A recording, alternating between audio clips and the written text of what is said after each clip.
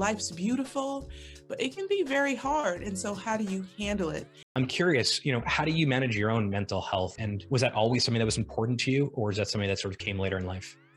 Yeah, that was always important to me and also important to my family. But also, I think there's a few different buckets of mental health, right? There's mental health where you really do have a diagnosable issue, right? So that's a different level that you need to talk to a professional about. And then there's different levels of just taking care of your mental well-being.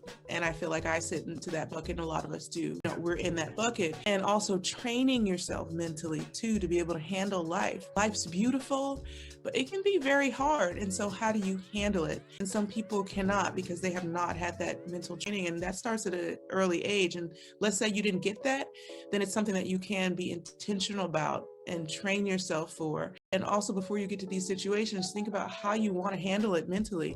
And that's something that I do on the court too, is okay, when I get here to this point, it's match point, or I'm about to lose, or whatever it's about to be, how do I want to handle this? How do I want to feel? How do I want to step up to that line? So mental strength is not just, some people are born with it, but also it's something that you can acquire. So it's a work on it and visualize long before you get to that meeting or to that stressful situation, or the deadlines are piling up and the next thing you know, you're screaming. Long before you get there, how do you want to handle it?